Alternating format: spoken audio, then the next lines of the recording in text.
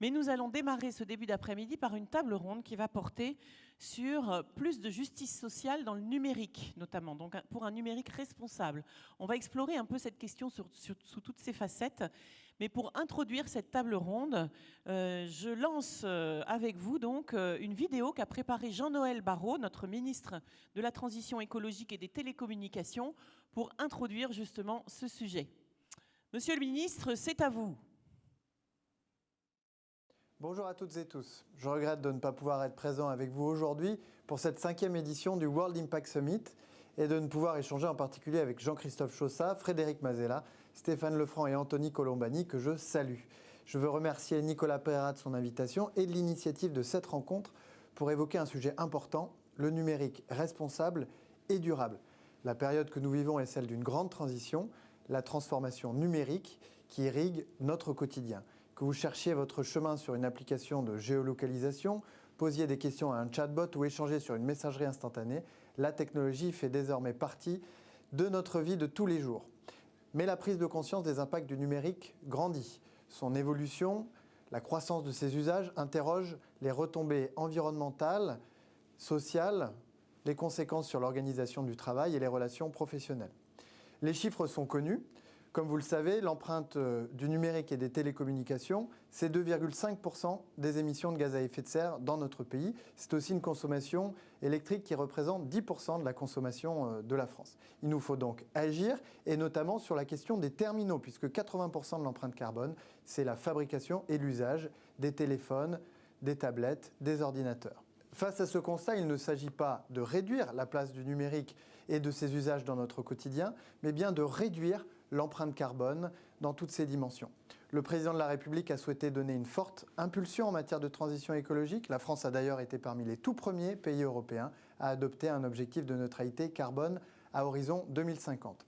La Première ministre a engagé un travail de planification écologique, France Nation Verte, auquel vous êtes toutes et tous invités à contribuer. Un premier objectif de 10% d'économie d'énergie d'ici à 2024 a été défini et les acteurs du numérique ont tous répondu présents. Des consultations sur la décarbonation du secteur, avec de premiers résultats attendus pour 2023, viennent d'être lancées. Nous travaillons également à la mise en œuvre des mesures de la loi REEN, la loi visant à réduire l'empreinte environnementale du numérique en France. Dans 6 mois, nous rassemblerons toutes les parties prenantes afin de dresser un premier état des lieux et des engagements pris. Je vous invite naturellement à y prendre toute votre part. La transition numérique ne se fera pas sans transition écologique, comme il ne peut y avoir de transition écologique réussie sans transition numérique accompagnée. Alors bon débat à vous, bon World Impact Summit et à très bientôt. Merci. Alors sûrement il nous écoute en vrai, peut-être qu'on peut l'applaudir et en tout cas ça va permettre à nos 4 intervenants de me rejoindre sur scène. Messieurs, je vous attends et nous allons pouvoir commencer les échanges. Jean-Christophe Chaussat, Frédéric Mazella, Stéphane Lefranc et Anthony Colombani. Je vais vous les présenter comme d'habitude pour qu'on sache à quel titre chacun va pouvoir nous partager son expertise. Voilà. Alors soit vous vous mettez dans l'ordre des photos, soit vous êtes un peu joueur et vous inversez ça, comme ça fait un petit... Ça entretient la gymnastique. Ah, je veux bien qu'on me garde une petite chaise s'il y en a une. Ouais, super. Merci. Ouais, je veux bien me mettre là, moi. Oui. Pas au milieu, parce qu'après, sinon, je passe mon temps à tourner la tête à droite et à gauche. C'est fatigant. Bon, messieurs, bienvenue. Donc, 4 intervenants, 4 regards à nouveau, 4 expériences terrain différentes. Donc, Jean-Christophe Chaussat, on va commencer par vous, et je vous présenterai chacun après. Jean-Christophe Chaussat, vous êtes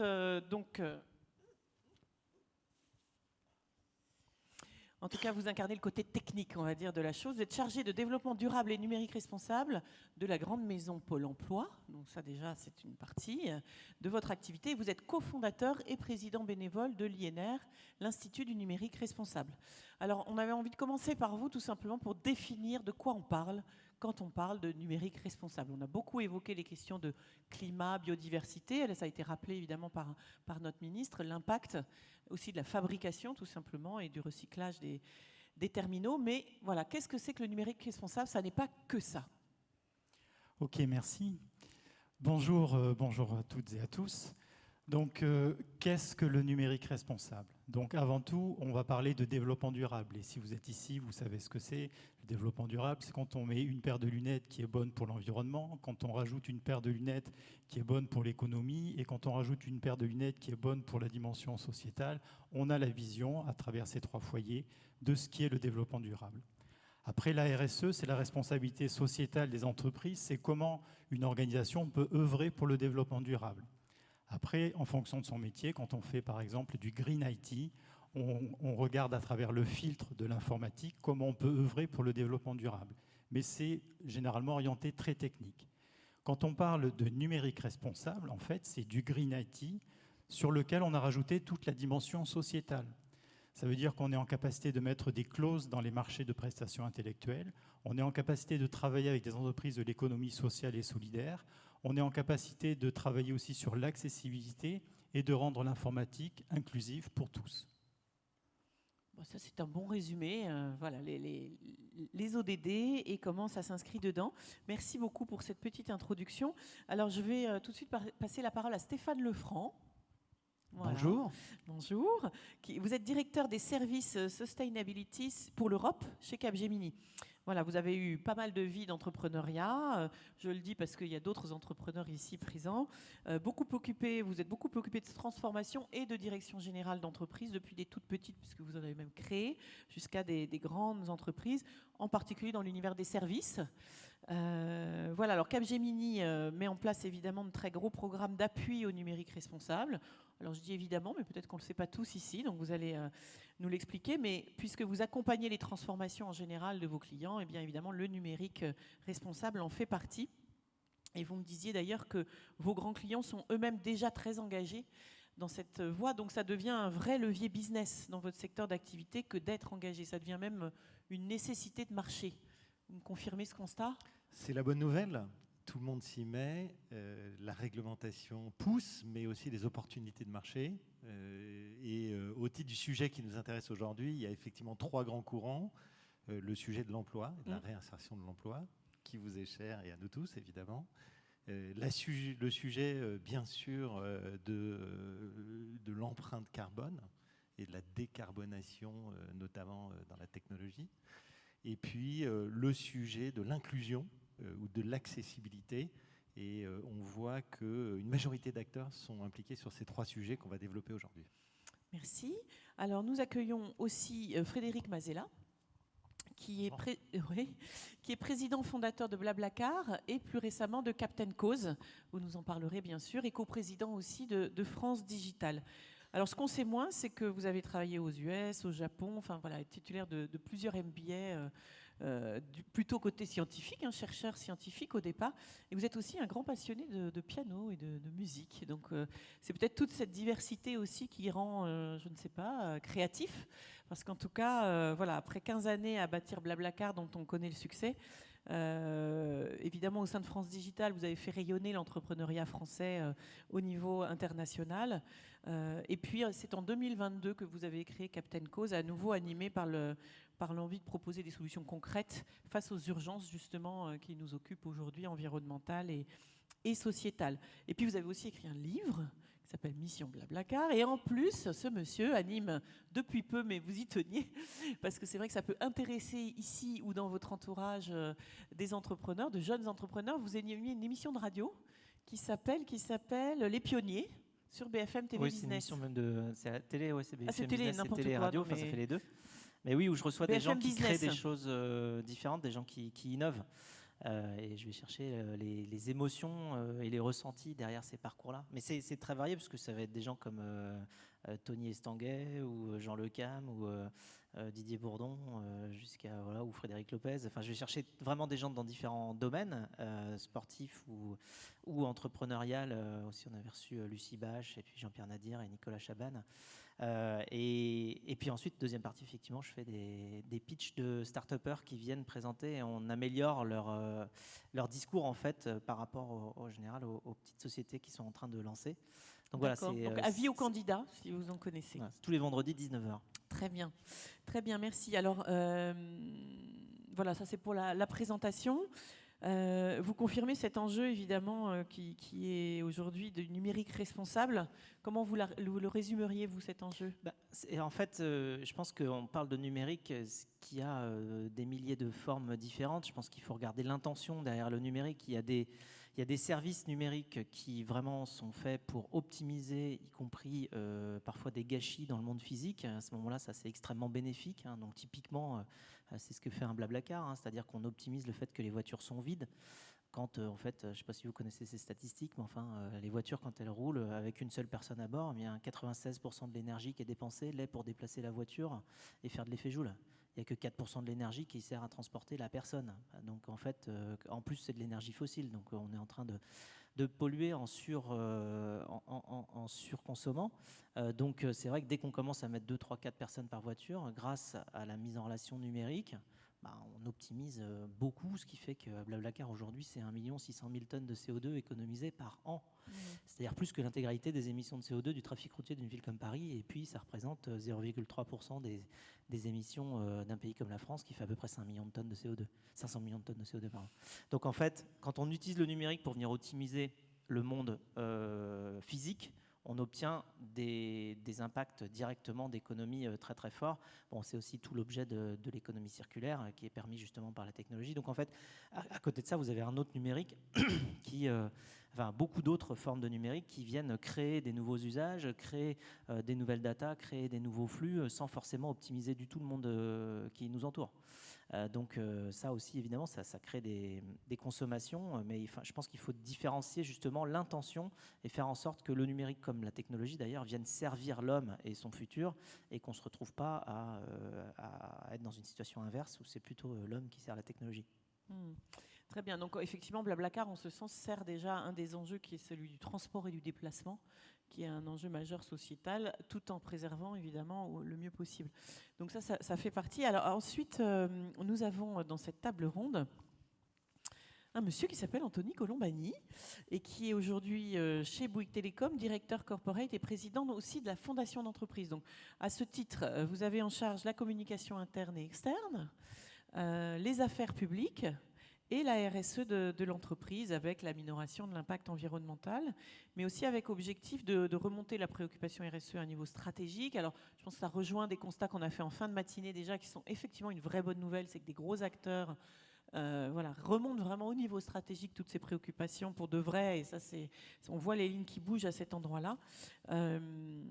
Alors, il faut savoir que Bouygues Télécom, alors on sait tous que vous faites du téléphone, mais vous faites aussi du B2C, avec un catalogue de services très étendu qui vont jusqu'à de l'électronique, de la cybersécurité. Voilà, donc c'est un catalogue très très large, tout marché privé-public.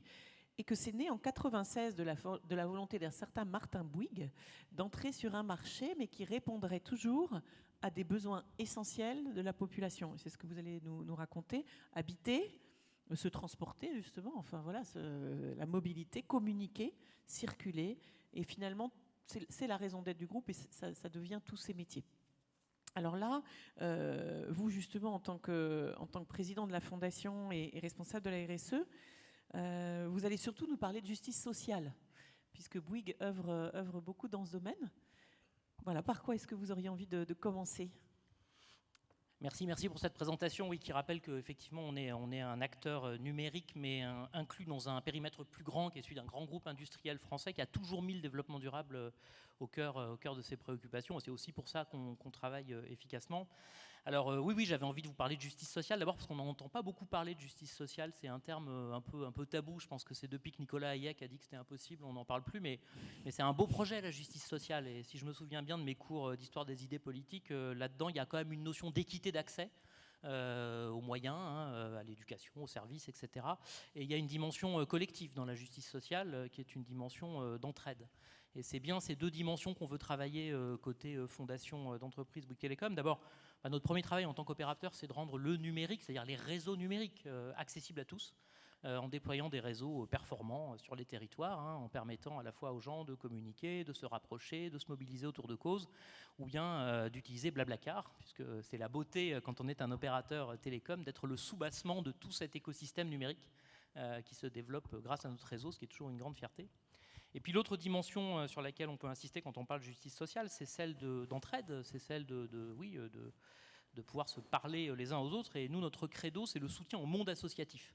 On a beaucoup réfléchi à la structuration de la fondation d'entreprise Bouygues Télécom. On aurait pu être un acteur de l'inclusion numérique uniquement ou un acteur de la décarbonation du numérique. On a choisi d'être la fondation de ceux qui s'engagent, la fondation des associations, celle qui vient au service des associations, en leur apportant tous les bienfaits du numérique et du soutien qu'on peut leur apporter, parce qu'on pense que c'est au travers de cette entraide qu'on construira un monde plus solidaire dans lequel le numérique aura une place, mais pas la place centrale qu'il est peut-être aujourd'hui en train d'avoir excessivement. D'accord. En préparant, alors Monsieur Chaussat, je vais en venir à vous. En préparant, on se disait que maintenant de parler d'avoir une vie numérique, c'est presque un pléonasme. Je veux dire, c'est comme mon fils qui me disait, mais du e-marketing, qu'est-ce que c'est? Il comprenait pas ce que c'était que le e-marketing. Je disais, tu sais, à une époque, il y avait le marketing, puis maintenant il y a le e-marketing, mais pour lui, ça lui semble, voilà. Donc c'est un petit peu comme le concept de vie numérique, qu'on le veuille ou non, on a tous déjà une vie numérique, de toute façon, même quand on en est éloigné. Et c'est bien le problème, ça crée des vrais gouffres. Voilà, un double mouvement, vous le disiez, en préparant. Du coup, aidez-nous à comprendre l'impact du numérique sur sa face moins visible, c'est-à-dire la partie vraiment très sociale de cet impact. Alors, ce qu'il faut, vous m'aviez tendu une perche tout à l'heure sur les objectifs de développement durable. Il est évident que les objectifs de développement durable, il y en a 17, et il y en a qui sont vraiment... Donc, qui émanent de l'ONU. Qui émanent de l'ONU, qui ont été créés lors de la COP 21, lors des accords de Paris. Et parmi ces objectifs de développement durable, il y en a qui sont vraiment... Donc, il y en a énormément sur la protection de l'environnement, mais il y en a aussi, typiquement, axés sur l'être humain, avec des ODD sur, par exemple, éradiquer la pauvreté, faire en sorte d'amener une justice sociale, une égalité entre les sexes, de faire en sorte d'amener des métiers aussi, faire progresser les métiers. Et donc, le numérique responsable contribue à la majorité de ces objectifs de développement durable. On peut travailler les 17. Donc, c'est une bonne ligne de conduite, justement, pour rentrer dans du numérique responsable. Pourquoi rentrer dans du numérique responsable ? Parce qu'il est en capacité, évidemment, de préserver la biodiversité, c'est ce que le ministre a rappelé tout à l'heure, mais on est aussi en capacité d'amener du bien-être social. On peut le faire. Et d'ailleurs, quand on entend le défenseur des droits, donc le défenseur des droits, c'est une institution indépendante qui œuvre justement pour que chacun puisse bénéficier de ses droits et être en capacité de les faire respecter quand ce n'est pas le cas.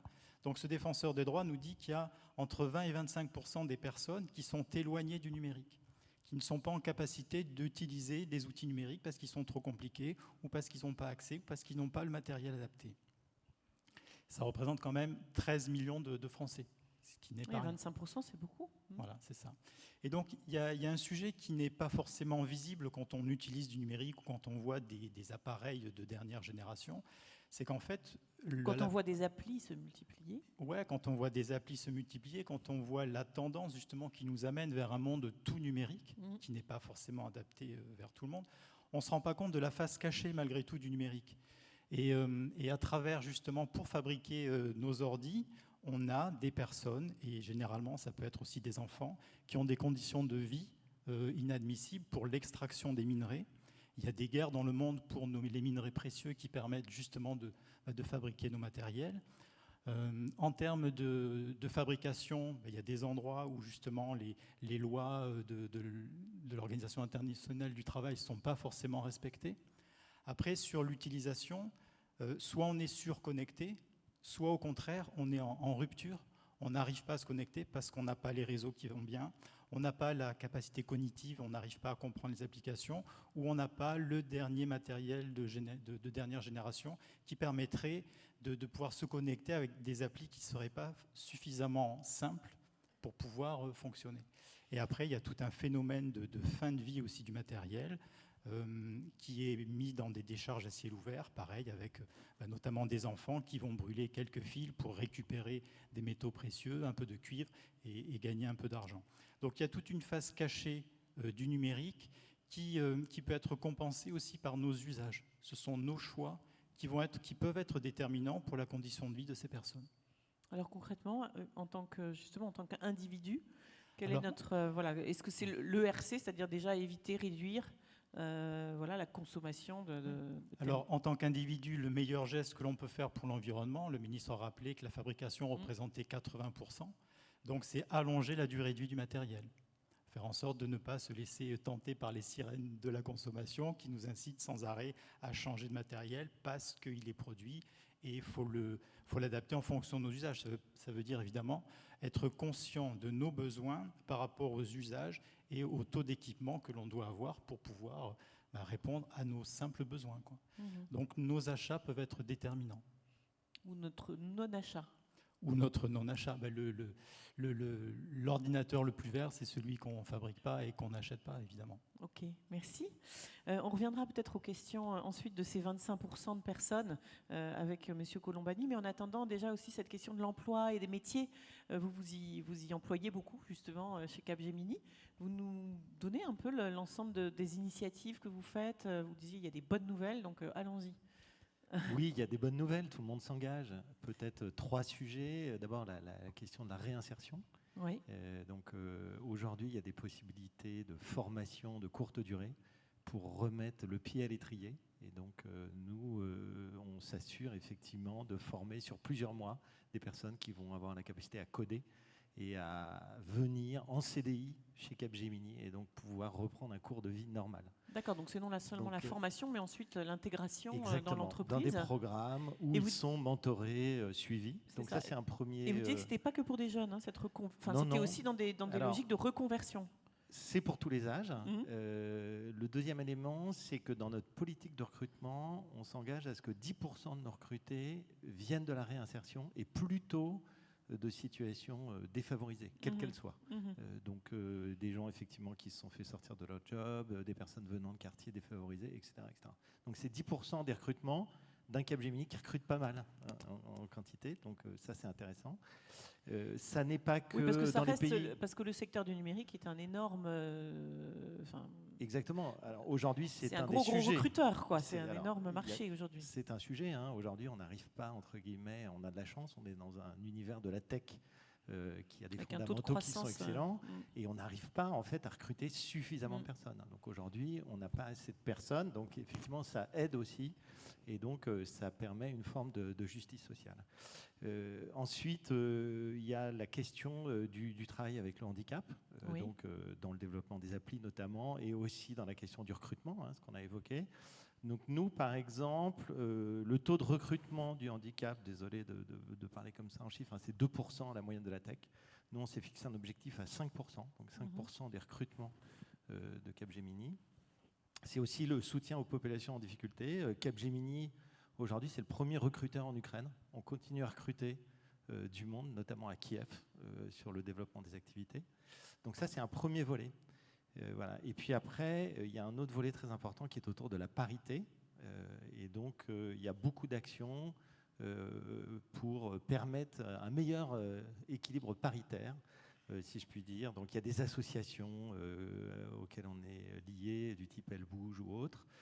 Et puis, pas mal de programmes, notamment dans les quartiers défavorisés, pour permettre l'accès à l'emploi des femmes. Donc un panel assez significatif et avec... Oui, et puis féminiser des métiers qui sont peu encore. Exactement. Aujourd'hui, effectivement, 82% d'hommes dans la tech. Donc ça, c'est les vieilles histoires de théorie 100% d'hommes du genre. sur une table ronde du numérique, quand même. C'est la première chose qu'on s'est dit. L'année prochaine, on fait mieux.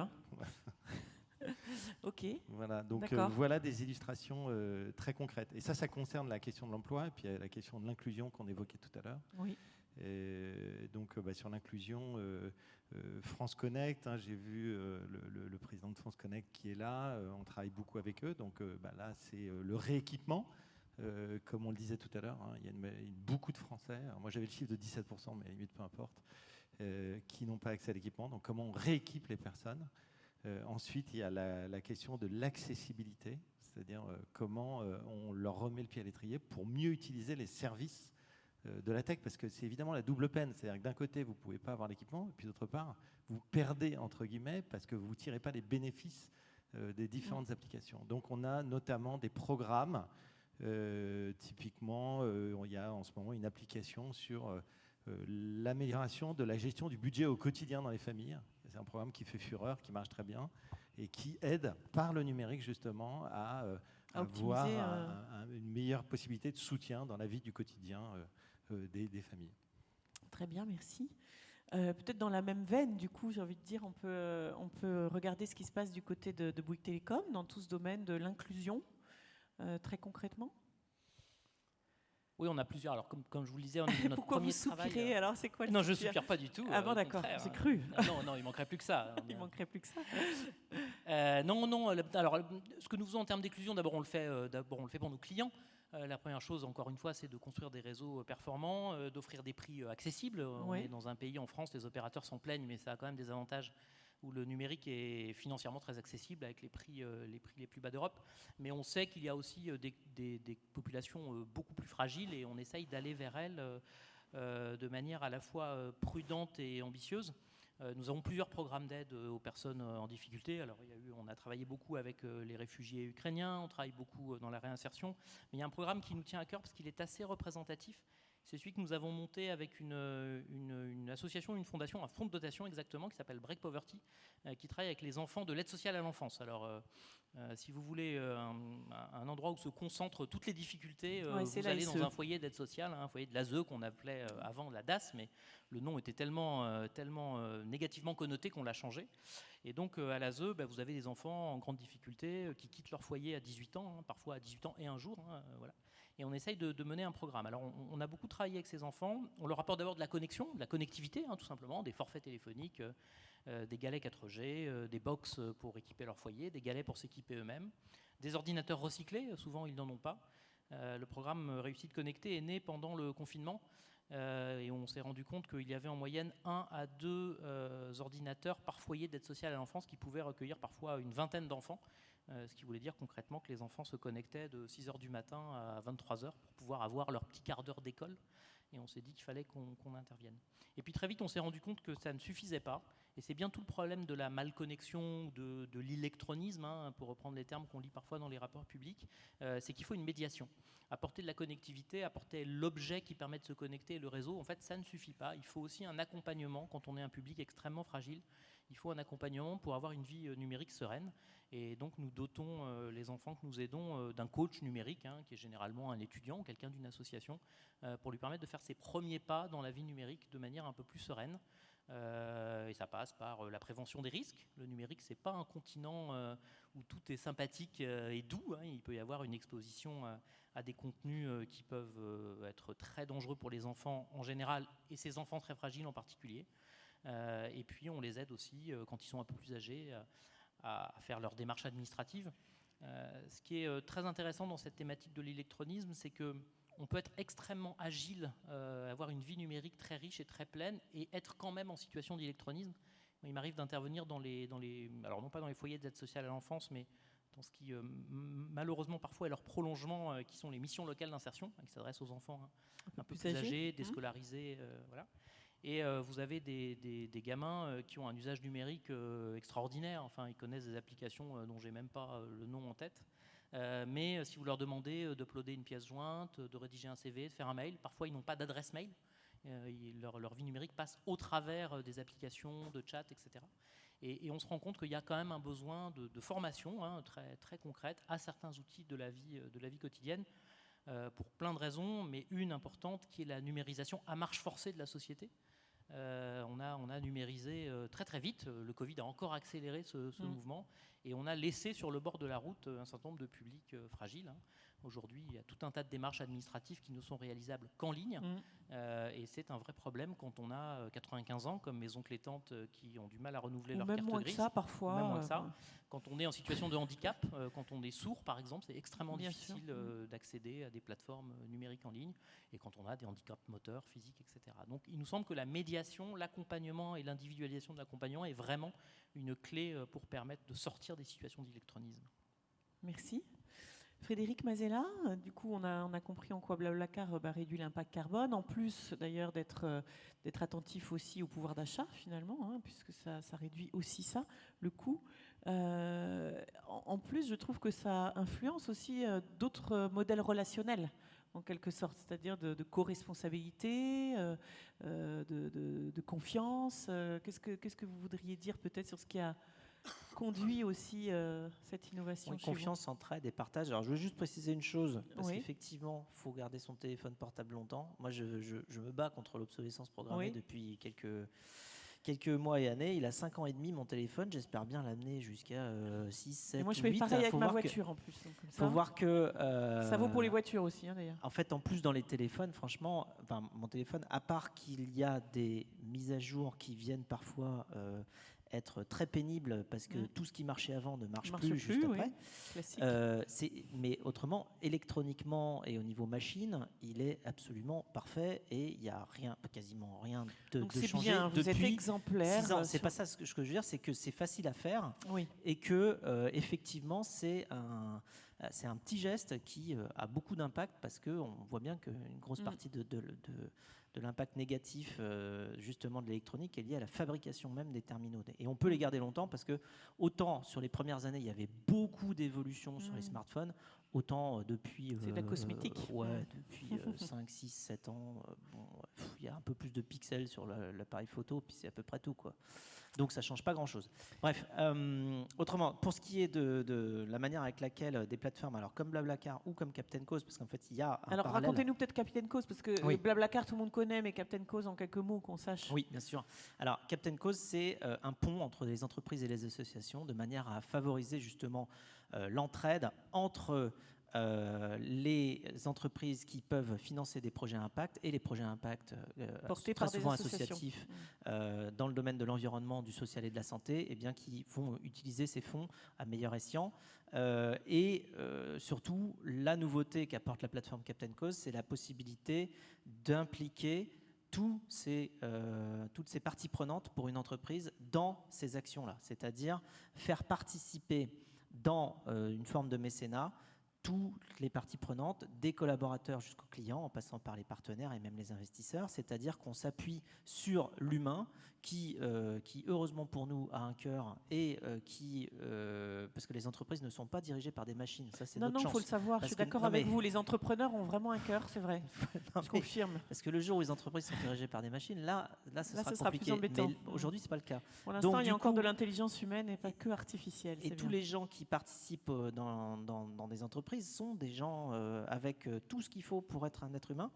Et donc du coup, on s'appuie justement sur l'individu pour transformer en profondeur les mécanismes, notamment d'entraide entre les entreprises et les associations, puisque une entreprise va pouvoir dire, moi j'alloue un budget, et par exemple je fais un cadeau qui va être un don à mon collaborateur ou à mes clients, et ensuite ce collaborateur ou ce client va pouvoir décider de la manière avec laquelle le don va être alloué. Donc on peut donner, soit la société donne une cagnotte, alors, je ne sais pas, 5 000, 10 000, 100 000 euros, et ensuite demande à ses collaborateurs ou ses clients de choisir comment ce budget-là va être alloué, soit carrément individuellement, on peut distribuer des dons cadeaux de 10, 20, 30, 50, 100 euros à chaque personne qui va elle-même choisir comment aiguiller ce don-là. Et là, ce qu'on constate, c'est qu'en lançant ce produit-là, et bien évidemment, ça fait extrêmement plaisir à toutes les personnes qui reçoivent un don de pouvoir l'allouer à un projet qui a du sens, et derrière ils ont envie de le partager. Alors c'est même un outil du coup qui devient communautaire, de partage, d'entraide, et qui devient intéressant pour une entreprise parce que ça leur permet d'impliquer leurs clients dans cette démarche-là, et donc de montrer évidemment une image de participation au monde externe qui va plus loin que la simple fabrication d'un produit ou d'un service performant, qui est le but primaire de la société. Oui, j'avais envie de vous demander un exemple, en fait. Par exemple, pour vous, je sais pas, celui qui vous tient le plus à cœur, s'il y avait un top. Dans les projets, il y en a Voilà, beaucoup. Il y a des ouais. projets d'éducation. Alors, les projets d'éducation à l'environnement sont très très forts aussi, surtout dans les écoles. Vous avez ou même dans les challenges. Je pense à un projet qui s'appelle Ma Petite Planète, que peut-être vous connaissez, qui crée des défis en fait pour et bien justement sensibiliser chacun à tous les petits gestes qu'on peut faire dans la vie de tous les jours, mais sous une forme très attractive parce qu'on peut jouer. Donc, et en fait, on crée une forme d'émulation vertueuse entre les personnes qui participent. Alors après, il y a des projets dans la réinsertion sociale, des projets en santé, enfin bon, c'est très très vaste, donc on a un catalogue. Mais ce qu'il y a, c'est que par le don, on retrouve une forme d'alignement entre des convictions personnelles et des actions professionnelles qui, malheureusement, assez souvent dans notre société, peuvent créer chez certaines personnes des dissonances cognitives. C'est-à-dire qu'il y a des gens qui savent très bien, et en plus on voit tous les jours les problèmes qui nous arrivent dessus, dont certains sont très très grands et on ne sait pas trop par quel bout les prendre, et ça peut créer une forme de paralysie. Et bien là, on a une manière d'aller agir en aiguillant de l'argent vers des projets à impact qui répondent justement aux problématiques soulevées, et donc on peut aller se réaligner un petit peu. Alors il y a différents sondages, il y en a qu'on a fait, d'autres qui sont publics, d'autres organismes. Il y en a un qui dit que 75% des gens qui travaillent dans les grandes sociétés sont mal à l'aise par rapport au fait souvent que leur grande société n'en fait pas assez pour le monde qui les entoure. C'est-à-dire qu'ils font bien pour leurs services ou leurs produits, mais ils ne participent pas suffisamment au reste de la société. Après, sur ce qui nous concerne plus, avec Captain Cause, on a fait un sondage récemment, parce qu'on a fait une petite vidéo assez humoristique sur le complot des goodies, où en fait, on dit que les goodies veulent contrôler le monde, parce que vraiment, il y en a partout. Et que donc, du coup, il doit bien y avoir quelque chose de louche là-dessus. Enfin, on trouve quelques coïncidences qui ne sont pas des coïncidences. Enfin voilà, et du coup derrière à côté évidemment on a fait un sondage pour voir l'appétence des gens par rapport notamment aux goodies, ou si on transformait cet argent-là en dons pour des associations. Alors les résultats sont incroyables, c'est 83% des gens de manière générale enfin des collaborateurs, des salariés, on a fait sur une population de gens qui travaillent en entreprise, qui préféreraient, y compris quand elles reçoivent un goodies, que cet argent-là soit utilisé pour financer des associations dans différents domaines, donc environnement, social ou santé, et c'est 92% des 18-34 ans. Donc 83% en général et 92% sur les 18-34 ans. Donc enfin, là, on est vraiment, ça c'est extrêmement massif comme statistique. Enfin, on a tous l'habitude des sondages. Quand vous avez une tranche d'âge type là, 18-34, qui vous répond à 92% qui préféreraient que l'argent soit dépensé pour des associations qui font le bien et qui améliorent le monde futur, plutôt que d'aller fabriquer potentiellement des choses qui finissent au fond d'un tiroir ou qui ne servent pas à grand-chose. On a quelque chose d'extrêmement massif, et on voit donc qu'il y a un changement, parce que et c'est la raison sur Captain Cause pour laquelle moi j'ai voulu m'associer avec des gens de la jeune génération, donc faire des 5 cofondateurs. Il y en a 4 qui ont entre 24 et 30 ans. Entrepreneurs, vous disiez. Voilà. Il y en a 4 qui ont entre 24 et 30 ans. Je n'en fais pas partie, j'ai un petit peu plus que 30. Et donc c'est un bonheur déjà de voir non seulement l'énergie, mais aussi la volonté d'aller changer les choses de manière extrêmement positive pour le futur, parce que cette génération-là, elle n'aborde pas du tout le problème de la même manière que les précédentes. C'est-à-dire qu'eux, ils se disent, nous, il faut qu'on vive avec. Et moi-même, ce qui m'a fait monter Captain Cause, c'est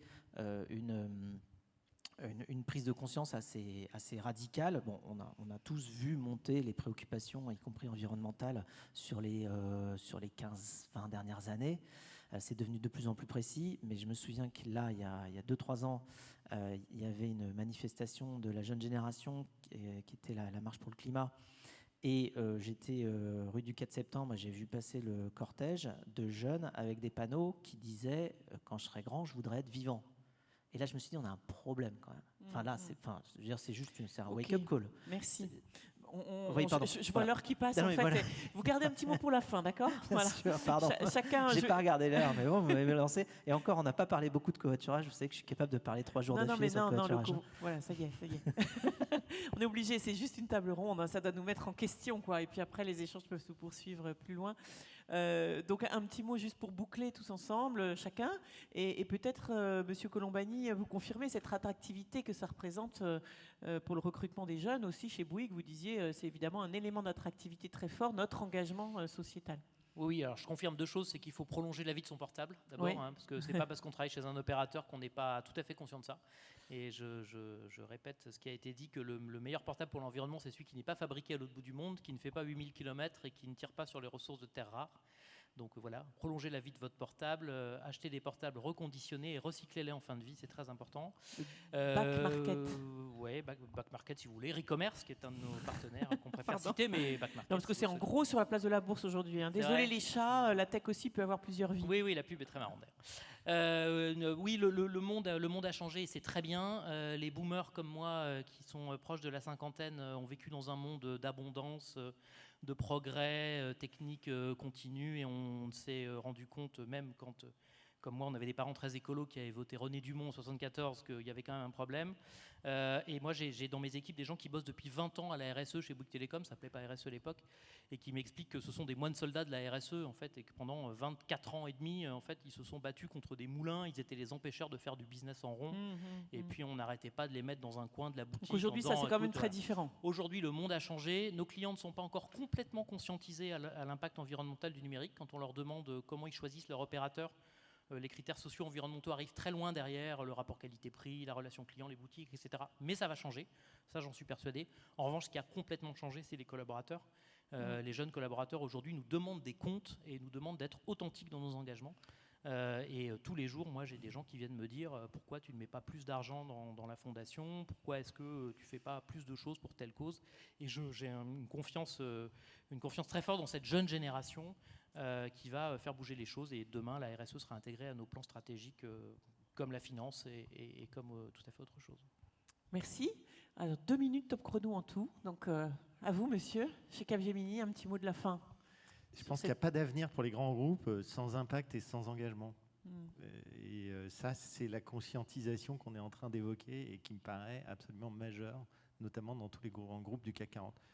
Vous donnez un chiffre, dans nos activités consulting, à 3 ans, on veut que 50% des projets qu'on délivre soient des projets à impact. D'accord. La moitié des projets.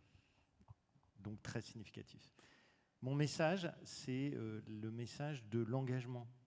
On voit aujourd'hui beaucoup d'actions de rébellion, ce qui me paraît très bien parce que ça aide à tirer la sonnette d'alarme. Je pense qu'on a besoin de l'engagement de tout le monde, et nous, on cherche à recruter massivement justement des gens engagés. Et le message que j'ai envie de passer, c'est que maintenant, tout le monde s'engage pour l'impact et pour la transformation. Il n'y a pas que les startups, il y a aussi les grands groupes, tous les grands groupes, et on en est les témoins. Et donc, on accueille évidemment à bras ouverts ceux qui voudront être dans cette logique d'engagement. Et ça, c'est vrai pour les grands groupes. Et je rebondis sur ce qui a été dit tout à l'heure. Ne rebondissez pas trop, attention, parce qu'il y a une autre table ronde qui attend son tour. C'est vrai aussi, notamment de nos services publics, ce qu'on disait tout à l'heure. Hein, on fait par exemple un beau projet pour la Banque des Territoires en ce moment, où on va préparer 4000 conseillers numériques à être médiateurs pour aider les Français à mieux utiliser justement le numérique, pour rebondir sur ce qu'on disait tout à l'heure. Donc en fait, tout le monde va dans ce sens-là. Engageons-nous pour l'impact. Merci. Monsieur Jean-Christophe Chaussat, l'Institut du numérique responsable. Donc l'Institut du numérique responsable, ce qui nous marque, et on voit une transformation, c'est qu'à un moment donné, sur les aspects RSE, les entreprises voulaient montrer qu'elles étaient les meilleures, parce qu'il y avait des enjeux aussi économiques sur des marchés et autres. Là, actuellement, on voit qu'il y a une volonté de mutualiser les expertises, de mutualiser les compétences, de mutualiser les innovations pour qu'on progresse tous ensemble. Et c'est ça qui devient important. Et nous, notre rôle à l'INR, c'est justement d'être cette plateforme qui permet de mutualiser toutes ces compétences et produire des livrables qui sont libres de droit d'utilisation. Vous pouvez y trouver donc sur le site de l'Institut du numérique responsable, institunr.org. Vous pouvez trouver des formations gratuites, des MOOC, il y en a d'une demi-heure, un de 4h30. Vous avez le guide des achats numériques responsables, vous avez la charte numérique responsable qui est en fait une checklist des bonnes pratiques à mettre en œuvre, et notamment sur la dimension sociétale. Et Frédéric est un des premiers à l'avoir signé il y a 3 ans justement pour France Digital. Donc voilà ce qui change. Et en fait, l'INR peut représenter un mouvement, l'équivalent d'un mouvement de société d'entreprise. Petite, moyenne, ONG, collectivité. Une ressource. Voilà. C'est tous ensemble que l'on peut agir justement sur l'urgence climatique et l'urgence sociale devant laquelle on doit faire face. Alors, j'ai bien compris, si je suis une grosse entreprise et que je veux réorienter mon budget marketing, eh bien, je vais voir Captain Cause. Et si je suis une association qui porte une cause particulière qui me tient à cœur, je vais aussi voir Captain Cause. En tout cas, c'est un modèle d'engagement. On parle souvent de la dépolitisation des jeunes, etc. Et finalement, on voit que l'énergie d'engagement, elle est là. Oui, c'est enfin, pas que chez Captain Cause. C'est pas forcément politique, puisque là, il s'agit de résoudre des problèmes qui sont déjà là et visibles. Mais c'est vrai que, et surtout là, en cette période de fin d'année, ce qu'on voit, c'est qu'on a des dizaines de sociétés là qui viennent nous voir pour, à l'occasion justement des cadeaux de fin d'année qui sont faits soit principalement à leurs clients et partenaires, soit aussi parfois à leurs collaborateurs, et bien de proposer la possibilité d'offrir un don qui justement va créer un lien additionnel entre les parties prenantes et la marque. Donc effectivement, c'est un très bon moment pour aller quelque part donner du sens à cette relation client en fin d'année. Tout ce qui crée du lien est bon pour le vivant, de toute façon, quoi qu'il arrive. Donc, La communication et ouais. le déplacement aussi. messieurs, merci beaucoup. On peut vous applaudir. Merci. Désolé, on a 2 minutes de retard.